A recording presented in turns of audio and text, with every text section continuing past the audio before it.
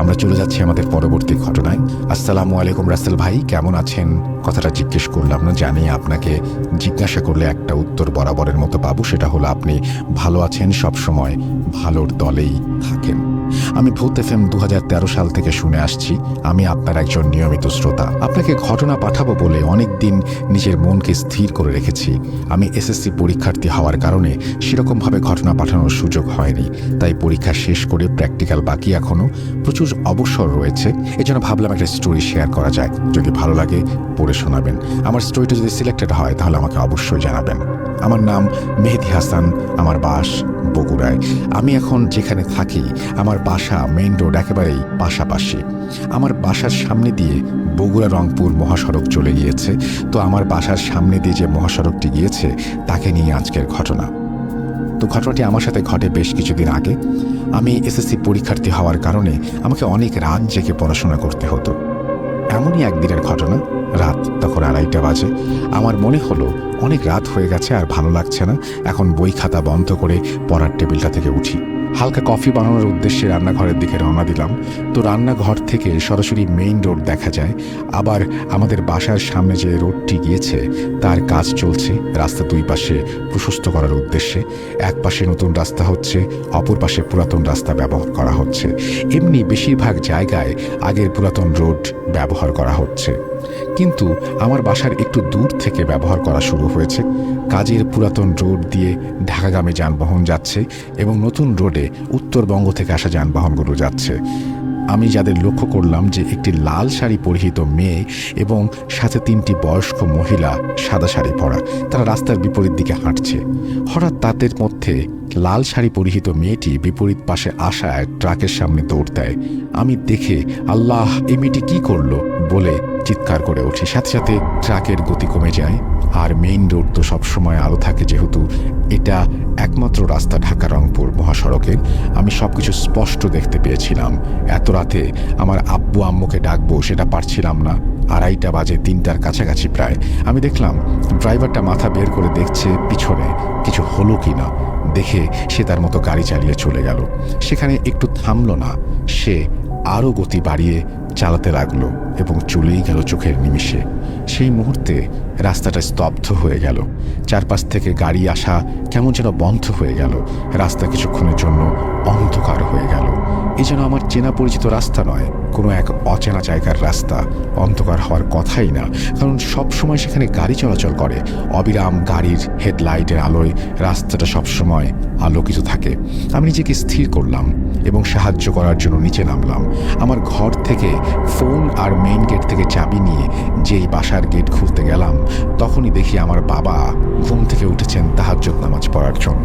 আমি বাবা মাকে বললাম নিচে একটা মেয়ে অ্যাক্সিডেন্ট করেছে, একটা ট্রাক এসে চাপা দিয়েছে, আমি তাকে সাহায্য করার জন্য যাচ্ছি। আমার মা বলল, দাঁড়া, আগে জানালা থেকে বিষয়টা দেখি, তারপরে যাস। আমি আগে নিজের চোখে দেখব। এত রাতে কেনই বা মা চাইবে যে তার সন্তান ঘর থেকে বের হয়ে যাক। পরে আমার মা জানালা দিয়ে দেখলেন এবং তিনি দেখলেন যে ওইখানে কেউ নেই।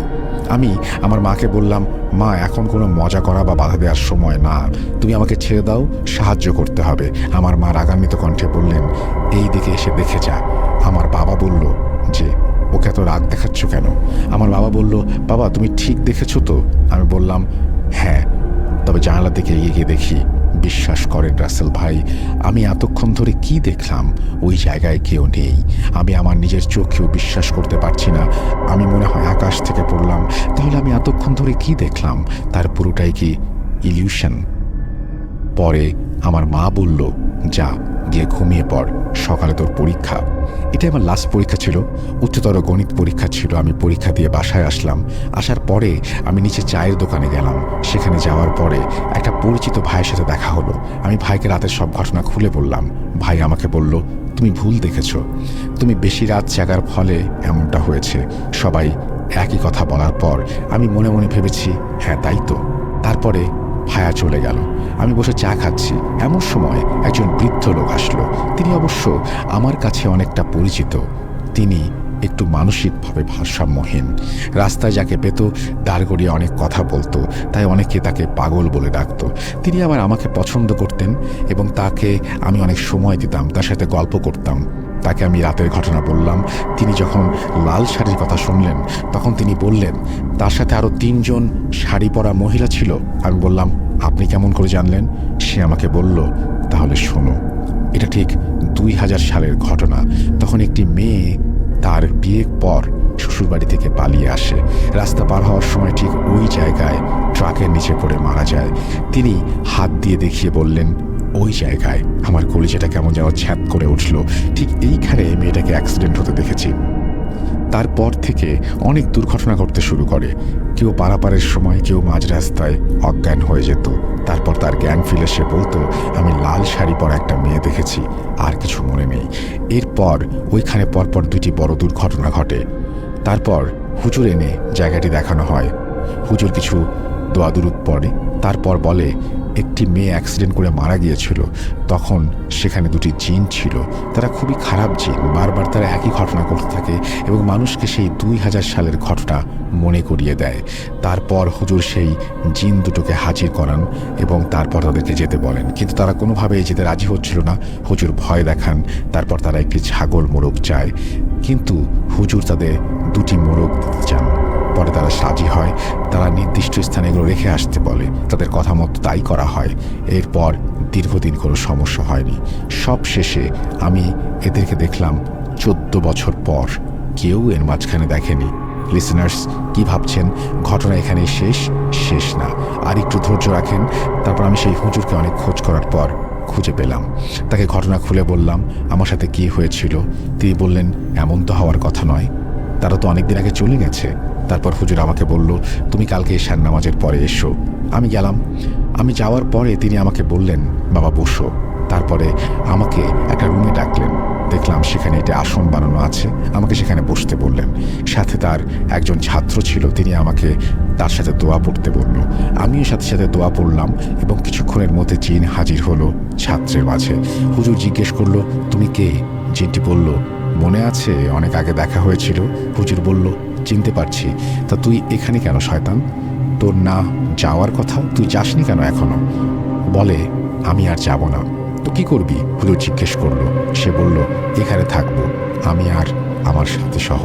হুজুর অনেক আয়াত পড়েন, তারপর পানি পড়া ছিটিয়ে দেন ছাত্রের গায়ে এবং সে সেই সময় হঠাৎ করেই বলে ওঠে আমি চলে যাব। তখন হুজুর বলেন প্রমাণ দিয়ে যাবে।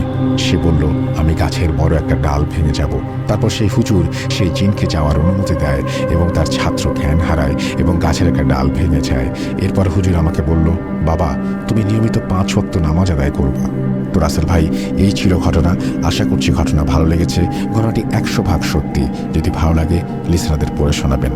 এই ছিল ঘটনা। আশা করছি আপনাদেরও ভালো লেগেছে। শুরু করো, কি হয়েছিল তোমার সাথে এটা আমি জানতে চাই। হ্যাঁ, আমি ঘটনাটা শুরু থেকেই শুরু করছি। প্রথমত আমি বলে রাখি, আমি বেসিক্যালি রানাঘাটের মেয়ে, কিন্তু আমার বিয়ে হয়েছে চুঁচুড়াতে। চুঁচুড়া স্টেশনের একদমই কাছে আমার বিয়ে হয়েছে, পল্লীশ্রীতে।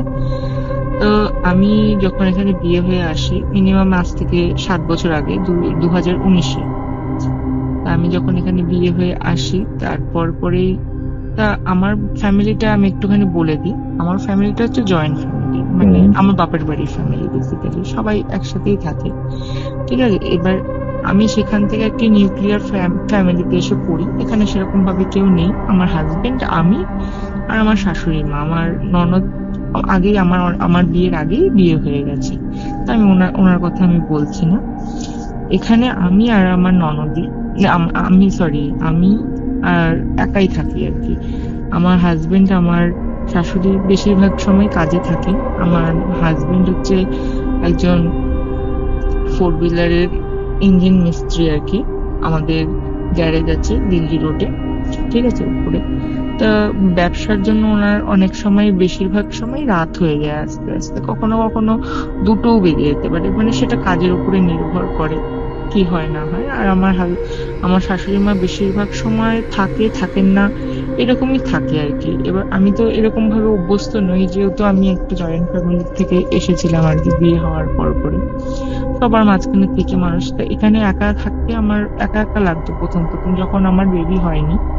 তা আমার বিয়ে হয় 2019-এ। তারপরে যখন 2019-এর ডিসেম্বর, আমার অক্টোবরে বিয়ে হয়। আর ডিসেম্বরে আমার হচ্ছে আমি কনসিভ করি। Conceive Okay. করার পরেই 2020-তে আমার বেবি হয়, মানে পরে আমার যে বছর বিয়ে হয় সেই বছরই আমি কনসিভ করি। তা আমার যে ঘটনাটা শুরু হয় সেটা আমার প্রেগনেন্সির সময় থেকেই শুরু হয়, ওই অক্টোবরের পরে যখন ডিসেম্বরে আমি কনসিভ করি তখন থেকে। তা আমি এবার প্রধান এইটুকুনি বললাম, যেহেতু এটুকুনি আমার বলা প্রয়োজন ছিল, নাহলে আমি বোঝাতে পারতাম না, ডিসক্রাইবটা করতে পারতাম না, তার জন্য। একদম, হ্যাঁ। এইবার আমি প্রধান ঘটনাটা শুরু করছি। এটা হচ্ছে আমার সাথে ফার্স্ট, তো সেরকম কিছুই হয় না, যেহেতু আমি নতুন নতুন বিয়ে হয়ে এসেছি। একটা নতুন নতুন বিয়ে হলে স্বাভাবিক একটু হলুদের গন্ধ গায়ে থাকে, তার উপরে আবার 3 মাসের মাথায় মানুষ যদি প্রেগনেন্ট হয়ে যায় সেক্ষেত্রে তো আরো একটা ভয়ের ব্যাপার থাকে, সবাই একটুখানি বাধা দেয় যে এদিকে যাবি না ওদিকে যাবি না, একটুখানি সবাই একটু প্রিকশন মেনেই চলে। তা আমার বাড়ি, আমার শ্বশুর বাড়ির এলাকায়, ঠিক আছে, আমার বাড়ির থেকে শ্বশুর বাড়ির থেকে 4টে বাড়ির পরে একটি খুব মানে মর্মান্তিক ঘটনা ঘটে। হ্যাঁ, এখানে একটি মেয়ে ঠিক বলবো না, একটি হাউস ওয়াইফই বলবো। হ্যাঁ, আমারও যেহেতু অল্প বয়সে বিয়ে হয়েছে, 17 বছর বয়সে, ওই মেয়েটিরও এরকমই 17 বছরেই বিয়ে হয়। 18 বছরে তার বাচ্চা হয়ে যায়, আর 19 বছরে সে আনফরচুনেটলি সে নিজেকে শেষ করে ফেলে। এটুকুনি আমি বলতে চাই। যেখানে আমরা এরকম ভাবতেই পারি না যে 19 বছর একটি খুবই একটা অল্প সময়, সে বেশি দিন জীবনটাকে দেখেওনি, কিন্তু হঠাৎ করে সে নিজেকে শেষ করে দিল। সে নিশ্চয়ই অনেক বড় ভেবেই নিজেকে শেষ করেছে, কারণ নিজেকে শেষ করে দেওয়াটা তো ছোট বিষয় কখনোই হতে পারে না, আমি মনে করি। একদমই ঠিক না। আছে, হ্যাঁ। এইবার সেও মানে আমার থেকে হয়তো তখন আমি যেহেতু 17 বছর ছিলাম, সে 19 বছর ছিল, আমার থেকে 2 বছরের বড়। মানে তোমার অল্প বেশি যে বয়সেই বড়, বিয়ে হয়েছে খুব। হ্যাঁ আমারও অল্প বয়সে বিয়ে হয়েছে। এবার যেহেতু আমি বাড়িতে একা থাকতাম, আমি বেরোতাম না, আমি পাড়ায় টাড়ায় বেরোতাম না, তার উপর আবার নতুন বউ, তার উপরে আবার প্রথম প্রেগনেন্সি, ওর জন্য বেরোতাম না। আর সেরকম ভাবে কাউকে চিনতামও না যে বেরিয়ে কি কথাই বা বলবো, সারাক্ষণ বাড়িতেই থাকতাম, সেরকম ভাবে আমি কাউকে চিনতাম না। আর ওই মেয়েটি তো, এবার এখানে একটা সব থেকে বড় পয়েন্ট, আমি কিন্তু ওই মেয়েটাকে চিনতাম না, আমি জাস্ট শুনেছি যে এরকম আমার 3-4টে বাড়ির পরে একজন নিজেকে শেষ করে ফেলেছে, এটুকুনি আমি জাস্ট শুনেছি, আমি তাকে কখনো দেখিও নি, এমনকি চিনিও না, জাস্ট তার বিষয়ে শুনেছি। এবং আরেকটা কথা বলে দিই, সে তার মাত্র 1 বছরের বাচ্চাকে রেখে সে suicide করে। আত্মহত্যা করে। হ্যাঁ, আত্মহত্যা করে। এবার করতে সে বাধ্য হয়, কারণ তার হাজবেন্ড ভীষণ ভাবে মানে মদ্যপান করতো, আর তাকে প্রচুর পরিমাণে টর্চার করতো, সেটা ও নিতে পারেনি। মানে একটা তো মানুষের মানে সহ্য শক্তি, সহ্য ক্ষমতা থাকে, সেটা আস্তে আস্তে ও নিতে পারেনি, তার জন্য ও নিজেকে শেষ করে দেওয়ার মতন অত বড় একটি ডিসিশন সে নিয়ে ফেলে একটা রাতে হঠাৎ। ঠিক আছে, তো সেটা তখন ডিসেম্বর মাস, এরকমই ঠান্ডা মধ্যে একটি ডিসেম্বর মাসে সে নিজেকে শেষ করে ফেলে। এবার যখন সে নিজেকে শেষ করে, আমার একটি কথা প্রস্তাব, তুমি ভাববে, আমি শুয়ে রয়েছে, আমার সন্তান শুয়ে রয়েছে, আমার হাজবেন্ড শুয়ে রয়েছে, মানলাম সে ড্রিঙ্ক করে রয়েছে, কিন্তু আমি আমার হাজবেন্ডের মাথার কাছে নিজে করে নিচ্ছি, আমার হাজবেন্ড টের পাবে না? এরকমটা হতেই পারে না। এটা হচ্ছে সব থেকে বড় পয়েন্ট। যখন আর তার ছাড়াও তার মানে বাড়িতেই তার পাশের ঘরে তার যা থাকে, তার ভাসুর থাকে, এমনকি তার আর এক পাশের ঘরে তার মানে শাশুড়ি মা শ্বশুর থাকে। তা একটি মেয়ে নিজেকে ওরকম হ্যাক করে নিচ্ছে, হাজবেন্ড ঠিক আছে মদ খেয়ে রয়েছে, তাই বলে টের পাবে না যে আমার বউ আমার মাথার কাছে হ্যাং করে নিচ্ছে? ঠিক আছে, এবার এটা ভীষণ বড় একটা কন্ট্রোভার্সি, এটার মধ্যে আমি যাচ্ছি না, কারণ আমার পাড়াতে এটা নিয়ে অনেক বড় একটি কন্ট্রোভার্সি হয়ে গেছে। আমরা অর্ধেক মানুষ মনে করে তাকে মেরে দিয়েছে, ঠিক আছে, আর অর্ধেক মানুষ মনে করে না সে সহ্য না করতে পারে হ্যাক করে নিয়েছে। এবার তার জন্য ওই ছেলেটিকে 2 বছর মতন 1.5 বছর মতন জেলও খাটতে হয়েছে। ঠিক আছে, তারপরে সে বেরিয়ে গেছে, কিন্তু সে তো বেরিয়ে গেছে, কিন্তু ওই যে মেয়েটি কত ইচ্ছে আকাঙ্ক্ষা রেখে নিজেকে শেষ করে দিয়েছে বলো। সেও তো পারতো আমাদের মতন, সব কটা মেয়ের মতন সেরকম একটা সুন্দর জীবন পেতে পারতো, তার বাচ্চাটাকে বড় করতে পারতো, যেরকম আমি আমার সন্তানটাকে বড় করছি, স্কুলে দিয়ে আসছি। তারও তো অনেক ইচ্ছে ছিল, এরকম অনেক আশা আকাঙ্ক্ষা ছিল, সেগুলো ফুলফিল হলো না। অবশ্যই তার একটা মানে অনেক বড় চাওয়া, সেটা দেখেও সে চলে গেল, সে নিজেকে শেষ করে ফেললো। হয়তো মানে আমরা কখন মরার চিন্তা করি, যখন আমাদের একদম দেয়ালে পিঠ থেকে যায়, তখন নিশ্চয়ই তার মানে এমন কিছু হয়েছিল, ডেফিনেটলি। নাহলে এত বড় সিদ্ধান্ত নেওয়াটা খুবই একটা টাফ ব্যাপার। এরপরে যেটা হয়, সে ওই মেয়েটাকে ময়নাতদন্তের জন্য, যেহেতু আত্মহত্যা করেছে অবশ্যই ময়নাতদন্ত হবেই, ঠিক আছে, তো তাকে নিয়ে চলে যাওয়া হয় ময়নাতদন্তে। তা আমি ওই শুনেছি, ব্যাস এইটুকুই, যে একজন হ্যাক করেছে, এইটুকু শুনেছি। আমি বেরিয়ে দেখিও নি, আমি জানিও না, যেহেতু আমি প্রেগনেন্ট ছিলাম তখন। এর জন্য আশেপাশের মানুষরা, আমার হাজবেন্ড, আমার শাশুড়ি মা বাড়িতে না থাকলেও আশেপাশের লোকেরা জানতো আমি প্রেগনেন্ট। তো তারা বলতো যে যেও না, ওদিকে হাওয়া টাওয়া লেগে যাবে। অনেকে যারা বয়স্ক মানুষ থাকে তারা কিছু বোঝে, ওর জন্য বলে। তা আমি সেরকম ভাবে যাইনি, আমি গেটের সামনে দাঁড়িয়েছিলাম, আমি দেখেছি জাস্ট নিয়ে চলে গেছে। তার ফেস তো আর দেখা যায় না, তাকে নিশ্চয়ই কভার করেই নিয়ে গেছে, আমি তো তাও দেখিনি। ওর জন্য মানে দূর থেকে খালি লোকের ভিড় দেখছি যে নিয়ে যাচ্ছে।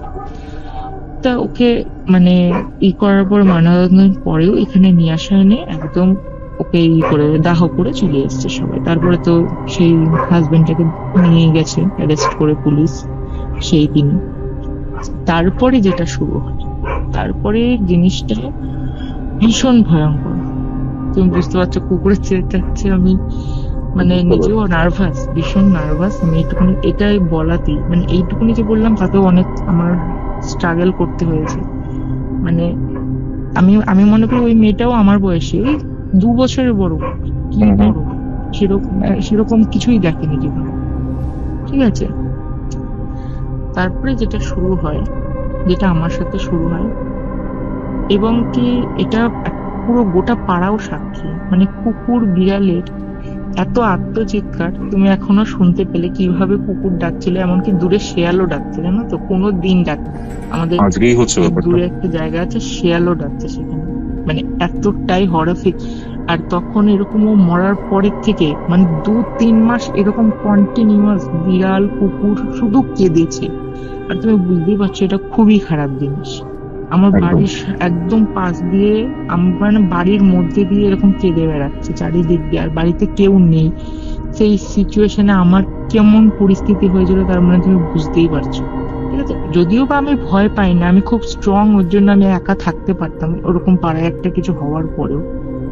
আমার বাড়িতে কেউই থাকতো না, 2-2-2:30 পর্যন্ত আমি আরামসে একা থাকতে পারতাম, ঠিক আছে। মানে অতটা আমার মানে ভয়, আমার সাথে যেরকম, সেহেতু সেরকম ভাবে কিছু ঘটেনি, তার জন্য আমি কখনো ভয় পেতাম না। তারপরে যেটা আমার সাথে হয়, একদিন আমি রাত্রিবেলা মানে শুয়ে রয়েছি, বাড়িতে যেহেতু কেউ থাকে না, তখন ঘুমও দেখবা সহজে আসতে চায় না। একদম তাই। তো আমার একটি ফ্রেন্ড, সে আমাকে ফোন করে, আমার যেহেতু ওরকম অবস্থা, তার জন্য আমার সাথে একটু গল্প করছিল। তা তখন প্রায় 12টা 12:30 বাজে। তা আমি অনেকক্ষণ ধরে ওর সাথে গল্প করছি। আমি ওকে বলছি কি তুই একটুখানি লাইনে বেশিক্ষণ থাক, আমার এখনো হাজবেন্ড আসেনি, আমার একটুখানি গল্প কর, আমার একটুখানি এমনিতে চারিদিকে এরকম অবস্থা। তখন ওকেও আমি শেয়ার করলাম যে এরকম এরকম ঘটনা ঘটেছে, আমার একটুখানি গাটা ছমছম করছে।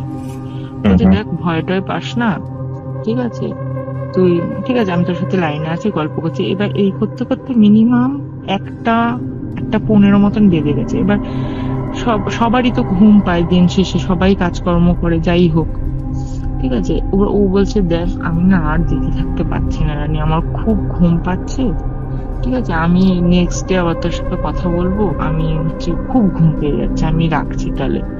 আমি বলছি তাহলে তুই রেখে দিবি, তার আগে একটুখানি, আমার বাড়িতে কেউই নেই, তুই এক কাজ কর, আমি একটুখানি ওয়াশরুম থেকে আসি, তুই লাইনে থাক, তাহলে আমার খুব ভালো হয় অ্যাকচুয়ালি, ঠিক আছে। মানে ভয় করছিল আর কি উঠে যেতে। এবার কেউ যদি ওভার দ্য ফোনও থাকে না, যদি প্রবলেম হয় সে অন্যকে বলতে পারবে, যদি আমার কোনো প্রবলেম হয় সে আমার আওয়াজটা শুনে হার্ডলি আমার হাজবেন্ডকে তো ইনফর্ম করতে পারবে ওর জন্য। এক্স্যাক্টলি।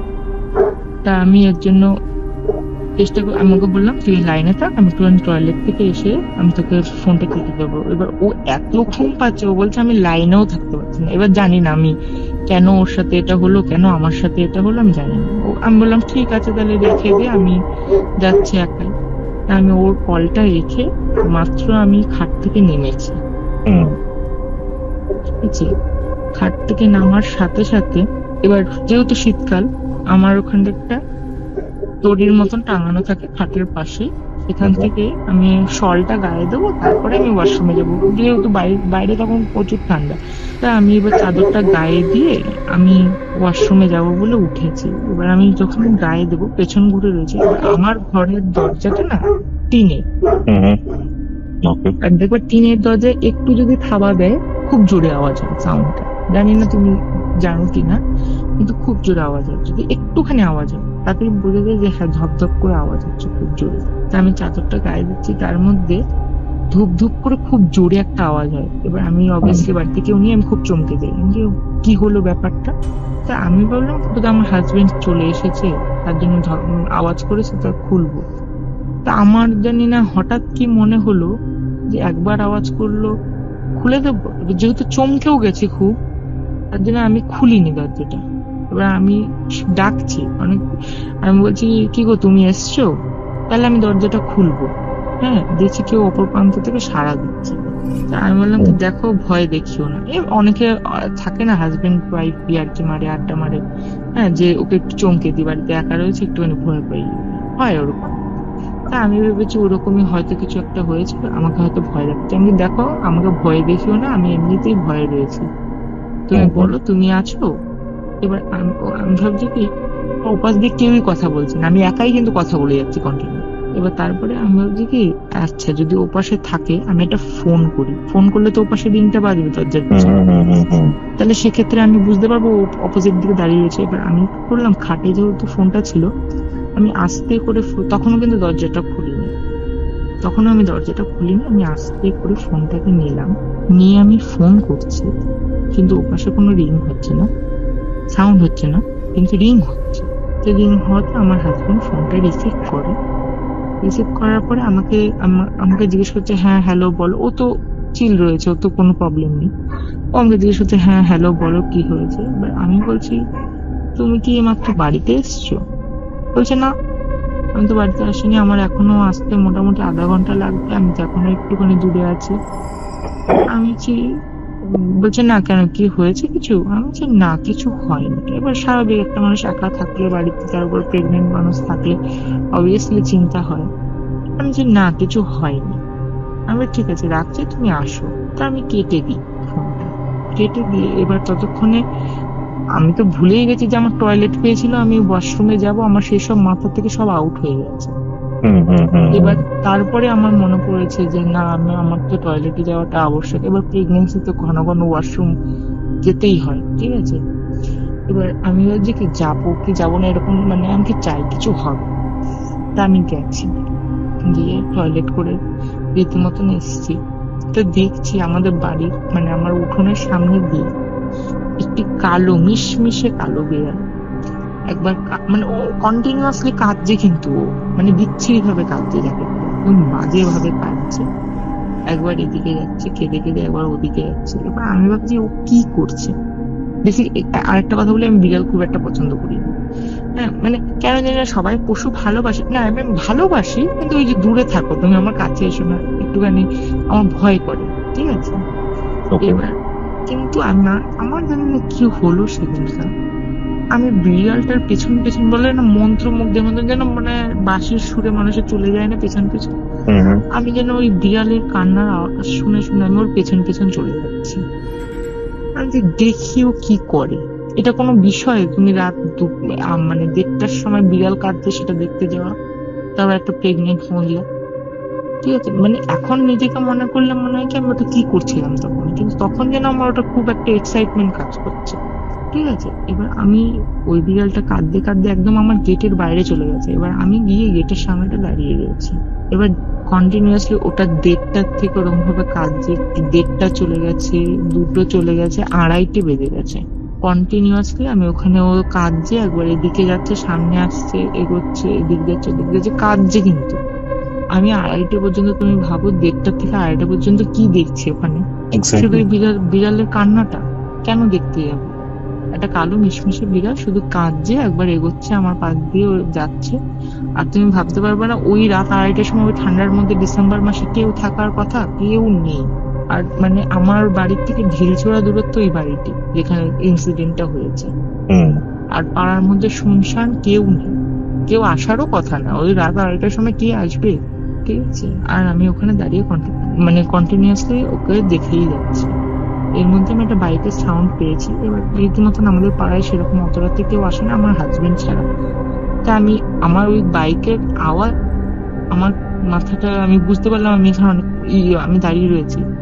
মানে আমি একটা ঘোরের মধ্যে ছিলাম, যেন ঘোর থেকে বেরিয়ে এসেছি ওই বাইকের আওয়াজটা। তা আমি বুঝতে পারলাম যে আমার হাজবেন্ড আসছে। এবার ওই এসছে তখন। ও আসাতে এবার আমি ওই বিড়ালের উপর থেকে আমি ফোকাসটা হারিয়ে ফেলেছি। এতক্ষণ যে ওটাকে ওয়াচ করছিলাম, আমি ওটার থেকে একদম নিজেকে সরিয়ে নিয়ে আমি দেখছি আমার হাজবেন্ড আসছে। এবার ও আমাকে এসে বলছে, তুমি এখানে এত রাত্রে দাঁড়িয়ে আছো কেন? স্বাভাবিক, একটা প্রেগনেন্ট মহিলা অত রাত্রে 2:30টার সময় ওখানে দাঁড়িয়ে থাকবে, এটা কি স্বাভাবিক কোনো বিষয়? তা আমাকে বলাতে আমি বলছি, না আমি এমনি এখানে দাঁড়িয়ে আছি। বলছে, এটা এমনি কোনো দাঁড়িয়ে থাকার কারণ? তুমি একজন মানে প্রেগনেন্ট মানুষ, তুমি এখানে এরকম এমনিতে পাড়ার পরিস্থিতি এরকম হাওয়া টাওয়া লাগতে পারে, তুমি এখানে দাঁড়িয়ে আছো কেন? আমি বলছি এমনি দাঁড়িয়ে আছে। তখন আর কি বলবো, যে বিড়াল কাঁদছিল আমি ওটা দেখার জন্য দাঁড়িয়ে, তাহলে তো আরো বকবে। তা আমি বললাম যে না আমি এমনিই দাঁড়িয়ে আছি। তখন আমাকে বলছে, তুমি কটার থেকে দাঁড়িয়ে আছো? আমি বলছি, ওই যে তোমাকে ফোন করলাম, তারপরে আমি বাথরুমে গেছিলাম, এসে তারপরে এখানে দাঁড়িয়ে আছি। বলছে, তুমি আমাকে ফোন করেছো কখন বলো তো? আমি বলছি, কখন? বলছে, 1:30টার সময়। এখন কটা বাজে জানো? আমি বলছি, কটা? বলছে, 2:30 বাজে। তুমি 1 ঘন্টা ধরে এখানে দাঁড়িয়ে আছো অকারণে? তা আমি সেদিনকার ওকে কিছু বলিনি। ও আমাকে বকা টকা দিয়ে ঘরে নিয়ে চলে এসছে, আমিও ঘরে চলে এসেছি। আমি আর ওকে কিছু বলিনি, তো চলে এসেছি, ঘুমিয়ে পড়েছি। আবার এরকমই 2-3 সপ্তাহ পরে এরকম এবার আমি যেহেতু আমার ঘরে থেকে আমি ভয় পেয়েছি, আমি ভাবছি কি আমার ঘরে তো সেরকম ঠাকুরের ছবি সেরকম ভাবে ছিল না কি। তো আমি ভাবছি আমি এই ঘরে রয়েছি, আমার হয়তো বা প্রবলেম হচ্ছে। সেদিনও এরকম সেদিনও আমার বাড়িতে কেউই নেই, ঠিক আছে, রীতিমতো। এবার আমি সেদিনও অনেক রাত, আমি আমার শাশুড়ি ঘরে, যেহেতু ঠাকুরের ছবি টবি, ঠাকুরের পুজো দেয় ওখানে সব আছে, তা আমি ভাবছি এখানে থাকি, একটুখানি ভালো লাগবে, ঠিক আছে। তা আমি ওখানে ওই ঘরে বসে বসে খাটের মধ্যে শুয়ে শুয়ে আমি টিভি দেখছি। এবার কত রাত অব্দি টিভি দেখা যায়? হার্ডলি 12:30।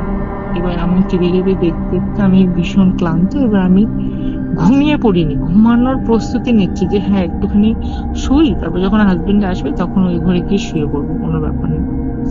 তো আমি টিভিটা অফ করেছি, একটুখানি এসে জল খেয়ে বসেছি মাত্র, তখন আমার প্রেগনেন্সির টাইমটাও একটু বেড়েছে। হয়তো তখন আগে 1 মাস ছিল, তারপরে 2 মাস হয়েছে এরকম। তা আমি শুনতে ততদিন কিন্তু এরকম বিড়াল কন্টিনিউয়াসলি কেঁদেই যাচ্ছে। মানে এটা আমার পাড়ার সবাই সাক্ষী যে এরকম ভাবে বিড়াল কেঁদেছে অজস্র, মানে সব সময় কেঁদেই বেড়াচ্ছিল। তারপরে আমার শাশুড়ি মার ঘরের দরজাটা কিন্তু কাঠে, ওটার মধ্যে এবার যদি আওয়াজ করে তো বেশ জোরে কিন্তু আওয়াজ করতে হবে, তাহলে কিন্তু আমি শুনতে পাবো। তো এরকমই নক করেছে, ধুপ ধুপ করে নক করেছে। আমি বললাম, কি হলো? এখন কি এলো? এখনো তো আসার সময় হয়নি। আমি তার একটু আগেই ফোন করেছি আমার হাজবেন্ডকে, তো তখনও আসার সময় হয়নি। আমি বলছি, তাহলে কি চলে এলো? হ্যাঁ। আমি কি, না দাঁড়াও আর একবার করুক। এবার সবাই বলে যে একবার ওরকম নক করলে যেতে নেই। তা আমি বললাম, ঠিক আছে, আরেকবার যদি কেউ এসে থাকে আরেকবার নক করুক, তারপরে যাবো। তো দেখছি আরেকবার কেউ নক করছে না। আমি তো তাহলে পরে আমি মনের ভুল হয়েছে, আমি শুয়ে থাকি। এবার শুয়ে থেকে একটু চোখ লেগেছে, দেখছি আবার ওরকম আওয়াজ হচ্ছে। তখন আমি ভেবেছি, এবার আমি কিন্তু ঘুমিয়ে পড়িনি, চোখ লেগেছে বলতে কি আমি একদম মানে তন্দ্রায়ও ছিলাম না, আমি জাস্ট চোখটা বুঝে শুয়ে রয়েছি। আবার আওয়াজে আমি এবার সত্যি উঠে গেছি। আমি যে কি হলো, তখন বোধহয় আওয়াজ হলো, এখনো আওয়াজ হলো, তার মানে নিশ্চয়ই কেউ এসছে। আমি তাহলে চেক করি, কাঠের দরজার দেখবো দুটো মানে কাঠের ফাঁকে একটুখানি ফাঁক থাকে, তো দেখা যায় বাইরে। আমি বলছি দেখি বাইরে কেউ আছে নাকি, তারপরে দরজাটা খুলে দেবো। তো আমি ওই ফাঁকা দিয়ে আমি দেখার চেষ্টা করলাম, দেখছি কেউ নেই, পুরো ফাঁকা, আমি দেখতে পাচ্ছি। এবার আমার বাড়িটা যেহেতু এল শেপের, আমি একবার বলি, আমার ঘরটা এল শেপের। ফার্স্টে আমার ঘর, তারপরে আমার শাশুড়ি মার ঘর, তারপরে ডান হাতে রান্নাঘর, তার ডান হাতে মানে ওয়াশরুম। তো এরকম, তো পুরো বারান্দাটা দেখা যায়, একদম গেট পর্যন্ত পুরো টানা দেখা যায়। তা আমি দেখছি পুরো ক্লিয়ার, কেউ নেই, তা আমি বলছি অদ্ভুত ব্যাপার, দুবার করে নক হলো, আমি তো ঘুমিয়েও যাইনি। ঠিক আছে, আমি কষ্ট শুনেছি কি হলো, তারপর আমি এসে না আমি ভয় করছি, রীতিমতো ভয় করছে। তার মধ্যে তো ওরকম বিড়ালে কেঁদেই যাচ্ছে, মানে অসম্ভব কাঁদছে যাকে বলে। ঠিক আছে, তার মধ্যে আমি ওরকম এসে আমি একটুখানি শুলাম, তার মধ্যে আমার হাজবেন্ড চলে এসেছে। সেদিনও আমি খুবই ভয় পেয়েছি, আমি ঘেমে টেমে একাকার অবস্থা আমার ভয়ে। আমার হাজবেন্ড এসে জিজ্ঞেস করছে যে তোমার কি হয়েছে। আমি বলছি ঘেমে টেমে গেছো। তখন কিন্তু মানে ভালো ঠান্ডা, জানুয়ারি মাসে ভালো ঠান্ডা, আর আমি তত্তরিয়ে ঘামছি। তখন আমার হাজবেন্ড জিজ্ঞেস করছে যে তুমি এরকম ঘেমে গেছো কেন। আমি বলছি না জানো, এরকম আগের দিন আমি তোমাকে বলিনি, কিন্তু আগের দিনও এরকম হয়েছে, আজকেও সেম ঘটনা হলো। ঠিক আছে, আমি না বুঝতে পারছি না। ও আমাকে বলছে না তোমার এগুলো মনের ভুল, ও কিছু না, চলো ঘুমিয়ে পড়ছি। তা আমরা খেয়ে দিয়ে ঘুমিয়ে পড়েছি। আমিও ভাবছি যে হ্যাঁ হয়তো বা মনের ভুল, এটা এরকম তো কিছু হতে পারে না, আমি বেশি ভাবছি। ওটা স্বাভাবিক, কেউই এরকম ভাববে না যে কোনো কৃতি ঘটনা ঘটতে পারে। কিন্তু এটা সত্যি কথা বলতে এটা শুধু স্টার্ট ছিল, এগুলো ট্রেলার, এইটুকুনি জাস্ট ট্রেলার হতো। কিছুদিন পরে যেহেতু আমার ভারী মাস হয়ে গেছিল, তার জন্য আমার বাড়ির থেকে আমাকে নিতে আসে, আমার ঠাম্মি নিতে আসে আমাকে, আমার বাপের বাড়ি নিয়ে চলে যায়। তো নিয়ে যাওয়ার পরে আমি আমার ঠাম্মিকে বলি যে জানো তো ঠাম্মি, আমার সাথে না এরকম এরকম হয়েছিল, এবার একটু হাওয়া লেগেছে। তারপরে আমার ঠাম্মি আমাকে কি বলে যে এরকম টাইমে এরকম এরকম হয়, অনেকে অনেক কিছু দেখে, তুই চিন্তা করিস না, যতকে একটু ঝাড়িয়ে নিয়ে আসে। তা আমাদের একজন আছে, ঝাড়িয়ে দেয়। ঠিক আছে, উনি কবিরাজ গোছেরই লোক। ঠিক আছে, তো উনি ঝাড়িয়ে দেন, ঝাড়িয়ে একটা মাদুলি আমাদের দিয়ে দেয়। তা আমি পড়ি সেটা, যে ঠিক আছে একটা প্রোটেকশন, যাই হোক।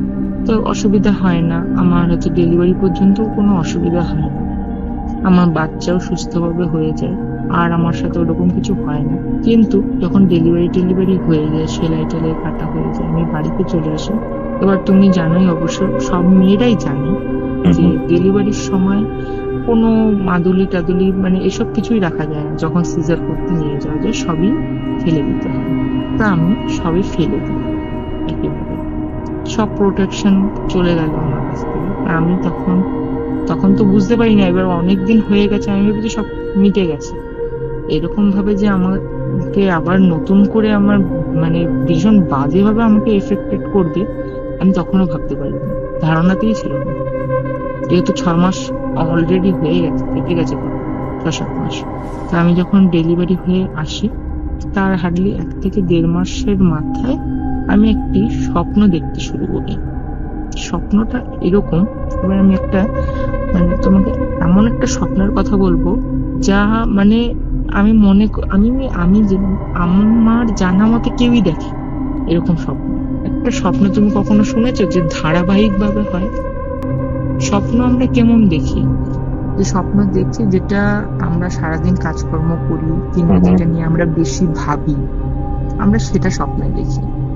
ঠিক আছে, কিংবা স্বপ্ন এরকম হয় ডেজাভু টাইপের, যে আমরা একটা জিনিস দেখছি, পরবর্তীকালে সেটা যখন করছি তখন হচ্ছে এটা তো আমি আগে করেছিলাম, কিন্তু ওটা স্বপ্নে আমাদের সাথে হয়, সেটা আমরা রিয়েলিটিতে তখন আমরা ইমাজিন করি। কিন্তু আমার ক্ষেত্রে এগুলো কোনোটাই নয়। আমি আমার স্বপ্নে এমন একজনকে দেখতে পাচ্ছি যাকে আমি কোনোদিনও দেখিনি। এই কোনোদিনও দেখিনি মানুষটা কে বলতো? যে ওই যে মেয়েটা নিজেকে শেষ করলো, আত্মহত্যা করলো, সেই মেয়েটিকে, যাকে আমি কোনোদিনও দেখিনি, যার ফেসটা পর্যন্ত আমি কোনোদিনও দেখিনি। মানে ওই মরা মেয়েটাকে তুমি স্বপ্ন দেখছো? হ্যাঁ, এক্স্যাক্টলি। তার উপরে কেমন ভাবে স্বপ্নটা একটা সিরিয়াল, দেখো না, পার্ট বাই পার্ট হয়। আজকে একটু অর্ধেক দেখলাম, তারপরে আবার অর্ধেক শুরু হলো, ঠিক সেরকম ভাবে, এরকম ভাবে কাউকে আমি জানি না স্বপ্ন দেখি কিনা কেউ। ঠিক আছে, আর আমি ওই মেয়েটাকে সত্যি কষ্ট, আমি কোনো দিনও আমি ওই মেয়েটাকে দেখিনি, আমার লাইফে দেখিনি।